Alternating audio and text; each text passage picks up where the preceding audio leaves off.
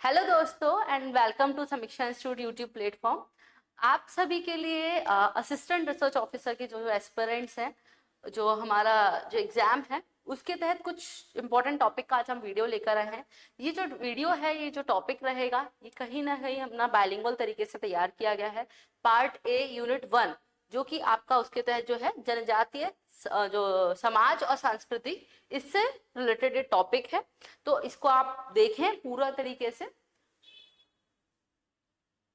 कि assistant research officer के unit 4 जो 1 है, हमारी पेपर पार्ट बी की यूनिट 1 जो है वो हम कर रहे हैं। इसके तहत हमें क्या देखना है, जनजातियों में जो है मद्यपान या फिर मदिरापान की जो परंपरा है वो कहाँ से आई, कैसे आई और फिर अभी क्या क्या उसकी स्थिति है। ठीक है, देखिए, महिला एवं पुरुष, बच्चे, बुजुर्ग, देखिए मदिरापान है बहुत, ऐसा नहीं कि आज की डेट की जो वो विस्की रम वोडका पीते हैं, ऐसा नहीं है। जो ट्रेडिशनल लिकर है, जो सालों से चलती आ रही है, वो पीते हैं। देखिए भाई, सीधी चीजें हमारे वेदों में भी पुराणों में भी बहुत अच्छे से सोम रस का वर्णन कर रखा है ना। अगर आप उसको कोई आसपास पीता है, कोई इसका पान कर रहा है, तो उसको बुरी नजर से ना देखे। कारण ये वो हमारी पुरानी परंपराओं का है ना, उसको निभा रहा है, उस परंपरा को जी रहा है, तो आप उसको बुरी नजर से कभी ना देखें। ठीक है, खैर छोड़िए, ये सब मेरे पर्सनल विचार नहीं है, जस्ट हंसी मजाक वाली बातें हैं। चलिए आ जाते हैं। पुरुष, महिला, बच्चे और बुजुर्ग सभी मद्यपान करते हैं। जनजातियों में ऐसे कोई निषेध नहीं है। इसका प्रयोग जो है वो त्योहारों पर, नृत्य, शुभ अवसरों पर या मृत्यु संस्कारों पर किया जाता है। फिर हम बात करें जनजातीय मद में जो है सकारात्मक एवं नकारात्मक जो है प्रभाव को समझती है और इसके संयम पर जोर देती है। ऐसा नहीं है कि बस पीते जाओ पीते जाओ पीते जाओ, भाई ऐसा नहीं है। अगर आप पॉजिटिव और नेगेटिव दोनों एस्पेक्ट को समझते हैं कि भाई अगर हम ज्यादा पिएंगे तो क्या हो सकता है, ये इसको भी जनजातियों में बहुत सारे इसमें मतलब वो है कि भाई आप इस प्रकार की शराब ही पी सकते हो, इसके अलावा नहीं पी सकते, पूरे ट्रेडिशंस है। ठीक है, तो हमें ये समझने होंगे क्योंकि हमें जनजाति विशेष पढ़ना है। अच्छा, इसकी उत्पत्ति अगर हम देखते हैं तो कहाँ से ये लोग ट्रैक ये करते हैं। आपको मैंने पहले ही बताया था कि रामायण काल में हम जो वाल्मीकि रामायण है उसकी चर्चा अगर करते हैं, तुलसीदास की रामायण, तुलसीदास का जो रामचरितमानस है उसकी नहीं, हम जो ओरिजिनल वाल्मीकि रामायण, उसमें मैंने बताया था कि जो हनुमान है उनको कहीं ना कहीं, हनुमान को जो है ना वो वानर भेष बताया गया, यानी कि वो ऐसी किसी ट्राइब से बताया गया है जो कि वानर का भेष धारण करती है। कहीं ना कहीं ये इसको इंडिकेशन दे रहे हैं। और चूंकि पता है वाल्मीकि को जो है वो शहरिया अपनी खुद के, और भील जो है और शहरिया जो है वो अपने पूर्वज मानते हैं, है ना। ये भी आपको पता ही होगा, नहीं पता है तो बिल्कुल आप जाने इस बात को। फिर क्या है, रामायण में ये जो है किष्किंधा कांड जो है, रामायण का एक किष्किंधा कांड में बताया गया, जो वानरों और अन्य प्राचीन जनजातियों को सुरा, सुरा यानी कि जो मद है, प्रिय बताया गया। और साथ ही साथ एक बात और बताइए, क्या संदर्भ में जो है वानर महिषी, कौन सी है, वानर की जो रानी है, उनके द्वारा मद्यपान का भी जो है उल्लेख मिलता है। तो ये जो वानर है कहीं ना कहीं, ये कहीं ना कहीं जो जनजातीय समूह है उसको दर्शाते हैं, है ना, हमारे जो सिलेबस के अनुसार है। तो यहाँ से कहीं ऐतिहासिक संदर्भ हमें देखने को मिल जाता है। अब हम देख लेते हैं सीधी सीधी की किस प्रकार की जो पारंपरिक जनजातियों में जो चलती है मदिरा, वो कौन कौन से प्रकार की है, एल्कोहल, है ना, मद्य के प्रकार जो है, प्रचलित प्रकार। सबसे पहले आती है ताड़ी। ताड़ी, पाम वाइन। ताड़ी जो है, ये आप इस बात को समझे, ये क्या होगा, खजूर का जो पेड़ होता है ना, उससे ताजा रस प्राप्त होता है ना, ताजा रस उसको प्राप्त करते। हालांकि इससे कोई बहुत ज्यादा बड़ा नशा नहीं होता। ये यहाँ से फ्रेश जो स्लैब्स है वो पाम ट्री से, उसका न्यूट्रिशन है और ये नॉन इंटॉक्सिकेंट है, यानी कि इसमें कोई नशा नहीं होता आफ्टर फर्मेंट। लेकिन अब इस ताड़ी को क्या करा, मतलब ये जो ताड़ के पेड़ थे जो रस निकाला गया, इसको फर्मेंट करेंगे, यानी कि उसको क्या करेंगे, अंडर प्रोसेस करेंगे, बैक्टीरिया प्रोसेसिंग होगी, फर्मेंटेशन की प्रोसेस करने के बाद वो नशीला बनता है, पहले नहीं बनता है। ठीक है, इसका भी उपयोग बहुत ज्यादा ट्राइब्स में होता है। इसके अलावा एक और है, वो है सल्फी। सल्फी, सेल्फी नहीं लिखा है, देखिए ध्यान से, सल्फी लिखा हुआ है ना, आप सेल्फी सोचे। ठीक है, ये ज्यादातर जो है वो दक्षिण पूर्वी, जो मध्य प्रदेश की दक्षिण पूर्वी जो पार्ट है वहां पर ये हमें देखने को मिलता है। अच्छा, इसमें क्या है भाई, नॉन इंटॉक्सिकेटेड होता है, बट एज, अगर उसको बासा ताजा अगर हम लेंगे सेल्फी को, तो ये नहीं पी सकते हो, मतलब पी सकते हो, टॉक्सिकेट नहीं है, बट इसको अगर थोड़े दिन रख दें अपन, इसको बासा बना दें, तो इसमें कुछ नशीले पदार्थ इसमें आ जाते हैं। Consider the tree of the सोम, है ना, रास यानी कि डिवाइन नेक्टर, यानी कि इसको सोम रस का वृक्ष माना जाता है। जो सल्फी का पेड़ है उससे जो रस निकाला गया उसको मानेंगे भाई ये तो सोम का वृक्ष है और इससे हमें स्वयं जो है सोम का रस आ रहा है, अमृत जिसको बोलते हैं। अब आते हैं सबसे मेन, सबसे पॉपुलर, वो है महुआ की शराब। महुआ की शराब जिस चीज से बनती है वो है हमारे महुआ के फल। इसको समझे, ये भाई ब्रांडेड, इसी का ब्रांड बनता है आजकल, बेच रहे हैं महुआ की शराब। तो जो महुआ है ये फल जो है महुआ के पेड़ पे उगता है। और एक पॉइंट स्टार लगा के आप लिख लें, एमपी में स्टेट गवर्नमेंट ने इसको क्या है, एक माइनर फॉरेस्ट प्रोड्यूस में जोड़ दिया है, यानी कि लघु वन उपज में जोड़ा है अंडर फॉरेस्ट राइट एक्ट। आपके सिलेबस में है, आपको पता है, यूनिट 5 खोल लो, है ना। फॉरेस्ट राइट एक्ट 2006 के अंतर्गत ये महुआ जो है वो स्टेट गवर्नमेंट ने माइनर फॉरेस्ट प्रोड्यूस यानी कि लघु जो वनोपज है उसमें शामिल किया है। तो ये महुआ का जो शराब बनती है इसी जो पेड़ से बनती है, ठीक है। चलिए, the most popular and widely जो कंज्यूम्ड शराब है, ये मैंने बताया था। इसमें एक फैक्ट और लिख ले कि महुआ की शराब को सीडो किस नाम से जाना जाता है, कोरकू में सीडो, सीडो आयन, सीडो गीत, बहुत कुछ है सीडो से जुड़ा हुआ। कोरकू जनजाति में इसको सीडो नाम से जानते हैं। इसके अलावा मध्य प्रदेश सरकार ने इसको किस नाम से पुकारती है, मध्य प्रदेश सरकार हेरिटेज लिकर। एमपी गवर्नमेंट ने इसको दर्जा क्या दिया है, हेरिटेज लिकर का।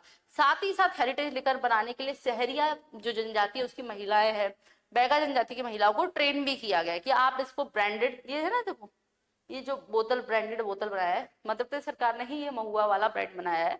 और इसके तहत ये इसको बड़े बड़े होटल्स में भी, क्योंकि ये ऑर्गेनिक है, इतना इसकी बहुत नशा नहीं होता है कुछ, ठीक है। अब इस बात को और समझे, लांदा, लांदा क्या है, देखो ये क्या है, जो माड़िया जनजाति है ये इसको पीती है फर्मेंटेड राइस ड्रिंक। जो चावल होता है उसको फर्मेंट कर लेते हैं चावल पकाने के बाद, उससे क्या बनता है, एक लांधा बनता है। और ये कौन सी जनजाति इसको पीती है, मारिया जनजाति। हालांकि ये बहुत ही ज्यादा नशीला होता है और इसका कहीं ना कहीं इस पे रोक भी लगाती है सरकार की इसको प्रमोट ना किया जाए। चलिए अब आ जाते हैं कि इसका सामाजिक और जो है धार्मिक महत्व क्या है। ये शराब जो पीने की बोलते हैं ना कि परंपरा है, देखिए बैगाचक क्षेत्र में क्या है, जो महिलाएं हैं नॉर्मली ये इसको डिस्ट्रीब्यूट करती है। छोटे छोटे, अगर आपने नहीं देखा हो तो मैं बता देती हूँ, ये कुछ कुछ प्रथाएं होती हैं। मान लीजिए एक गांव से दूसरे गांव में लड़कियां डांस करने गई हैं, बस एक नॉर्मल किसी त्योहार के लिए, या फिर एक गांव से दूसरे गांव में लड़के गए हैं, वो एक्सचेंज चलता है। तो उस छोटे छोटे पत्तों में इनको नॉर्मली जो छोटे छोटे क्या बोलते हैं, साल के पत्ते हो गए, सागौन, उनमें बिल्कुल छोटा छोटा से ये जिप दी जाती हैं। ऐसा इस तरीके के कुछ कुछ परंपराएं हैं, ठीक है। तो नाचते गाते समय महिलाएं पुरुष सभी लेते हैं इसको, है ना। सबसे पहले किसको दिया जाएगा, वृद्ध पुरुष को दिया जाएगा, पिलाया जाएगा। फिर जो है आयु क्रम के अनुसार, भाई पहले बूढ़ा, फिर छोटा छोटा छोटा छोटा बच्चे तक आते हैं, इस प्रकार से चलता है। पत्तों से बने, जो मैंने कहा सुंख बनाकर इन दोनों में प्रयोग किया, जैसे शंख बना देते हैं, है ना, डोम जैसा कुछ बना देते हैं, दोना एक तरीके से, है ना, पत्तों से बनाते हैं, उसमें ही पिया जाता है। ऐसा नहीं गिलास भर भर पी रहे, बोतल से पी गए, नहीं। पूजा पाठ में बहुत ज्यादा महत्व है महुए की शराब का। आपको पता है जब भी बलि दी जा रही है उसमें शराब का छिड़काव होगा, यानी कि जो बीदरी पूजा है या फिर कोई भूमि पूजन हो रहा है उसमें शराब सबसे पहले आगे ना। कोई भी बलि है, कुछ भी है, मुर्गे की बलि या जो मध्य अर्पण की जो है बिना भूमि जो है अपूर्ण मानी जाती। कोई भी पूजा है, कोई भी भूमि पूजा हो गई, बिना किसी भी कोई भी पूजा है, दो चीजें उसमें कंपलसरी है। मुर्गे की जो है एक तरीके से बलि दे देना मुर्गे या बकरे की, और साथ ही साथ जो है मदरा, है ना, शराब।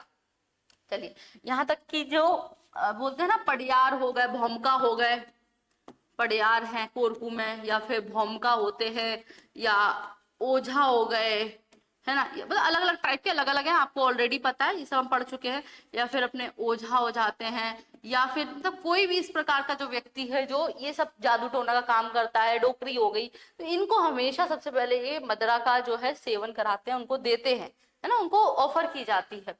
अगर हम बात करेंगे जो अंतिम संस्कार है उसमें भी ये माना जाता है कि मदरा के जो है कुछ जो ड्रॉपलेट्स है, कुछ बूंदे हैं, वो छिड़की जाती हैं जो मरने वाला है उसकी लिप्स पे। साथ ही साथ उसके जो होंठों पर, जो मृतक है उसके होंठों पर जो है मदरा की कुछ बूंदे लगाई जाती है कुछ जगह। जैसे कि अगर हम भारिया में बात करें, नहीं सॉरी कोरकू में, कोरकू में कुछ, कोरकू में अब तो खैर ये खत्म हो गई है रिचुअल, बट पहले कोरकुओं में ये भी रिचुअल था कि आप क्या कर सकते हैं, दफन कर सकते हैं, क्या दफना सकते हैं। बट अब ये थोड़ा सा खत्म हो गया है पूरी तरीके से। और जला भी, मतलब कि जो शरीर है, शव है, उसको, जो शव है उसको जलाया भी जा सकता है और उसको दफनाया भी जा सकता है। जब वो दफनाने जाते थे ना, तो उसमें जो सीडो है उनकी, जो उसको भी उसमें उस सामान के साथ रखते थे जो दफनाने में उनके साथ भेजते थे। मानते थे कि ये आगे उनके काम आएगा जब वो चंद्रमा या फिर सूरज पे जाएंगे। कहानियां हैं, उसी के अनुसार चीजें चलती हैं। तो ये है शेष मदरा जो है परिवारजन और उसकी उपस्थिति में लोग पीते। तो ये कुछ प्रकार की परंपराएं चलती हैं। फिर हम बात करते हैं सामाजिक समस्याएं एवं उनके विवाद। अब देखो समस्या तो हो जाती है, अगर कोई ज्यादा एक्सेसिव ड्रिंक कर लेता है, अत्यधिक मद्यपान से स्वास्थ्य, सामाजिक, आर्थिक समस्याएं ये सब उत्पन्न हो सकती है, डेफिनेटली होती ही है। कुछ सोशोलॉजिस्ट ये मानते हैं, कुछ एंथ्रोपोलॉजिस्ट ये मानते हैं कि it is a part of tribal culture and considered ban as a anti cultural. कारण क्या है, इसको माना जाता है कि इसे जनजातीय संस्कृति का हिस्सा मानते हैं और इसे कुछ मानते हैं कि संस्कृति के विरोध है। देखो दो तरीके के मत हैं कि भाई ये तो मजा आ रहा था इसलिए लोगों ने कंटिन्यू करा। कुछ लोगों ने कहा नहीं, ये तो ट्रेडिशनल लिकर है भाई, इसमें कोई केमिकल इस्तेमाल नहीं हो रहा, नेचुरल तरीके से वो बना रहे हैं, ये तो इनकी संस्कृति का पार्ट है, बहुत पुराने समय से चल रहा है। भाई महाभारत रामायण में हमें पूरे पूरे रेफरेंसेस मिल रहे हैं रामायण में, है ना। सेवरल जो वॉलेंट्री ऑर्गेनाइजेशन है अपोज, हाँ बहुत सारे एनजीओ वगैरह जो है वो इसको अपोज वगैरह भी करते हैं। ठीक है, तो मैम चलिए आप वीडियो के अंत तक आए तो आपको डेफिनेटली अच्छा लगा होगा। तो अभी मैं आपको अपने कोर्स के बारे में बता देती हूँ। जो लोग इस एग्जाम को टारगेट कर रहे हैं, असिस्टेंट रिसर्च ऑफिसर 2025 ये एग्जाम है, जनजातीय कार्य विभाग के अंतर्गत ये भर्ती आई है। इसका फुल कोर्स समीक्षा इंस्टीट्यूट के एप्लीकेशन पर अवेलेबल है, you can check it out. Complete इसमें 15 जो अपनी 10 जो यूनिट्स हैं, पार्ट ए और पार्ट बी दोनों को मिलाकर पूरा इसमें कंप्लीट कराया जाएगा। इसके साथ ही साथ आपको इसके नोट्स और टेस्ट सीरीज सभी कुछ इसी कोर्स में अवेलेबल कराई जाएगी। इन केस आप इंटरेस्टेड हैं कि मुझे तो सिर्फ पार्ट बी ही चाहिए, जो पार्ट बी जो जनजाति से संबंधित है, हमारा जो है जनजाति से संबंधित जो कोर्स है यही चाहिए, तो आप इसके लिए भी जा सकते हैं। पार्ट बी कोर्स भी अवेलेबल है, इसमें भी जो एक्सपर्ट फैकल्टीज हैं वो कंप्लीट काम कराती हैं। और in case you are not interested कि मुझे कोर्स लेना ही नहीं है, टाइम कम बचा हुआ है, तो आप बिल्कुल ई बुक की तरफ भी जा सकते हैं, जिसमें ई बुक आपको हिंदी इंग्लिश दोनों ही माध्यम में उपलब्ध कराई जा रही हैं। साथ ही साथ जो टेस्ट सीरीज है वो भी उपलब्ध कराई जा रही है। तो डेफिनेटली आप समीक्षा इंस्टीट्यूट के ऐप को डाउनलोड कर सकते हैं और इस एग्जाम से रिलेटेड कोई भी चीज की जरूरत है हमारे पास अवेलेबल है। और इन केस आपको ये भी कुछ नहीं चाहिए तो जो स्क्रीन पे नीचे नंबर दिया जा रहा है उसके थ्रू भी आप कॉल करके गाइडेंस भी ले सकते हैं। सो बहुत बहुत धन्यवाद आप सभी का, और इस वीडियो को जरूर आप लाइक करें।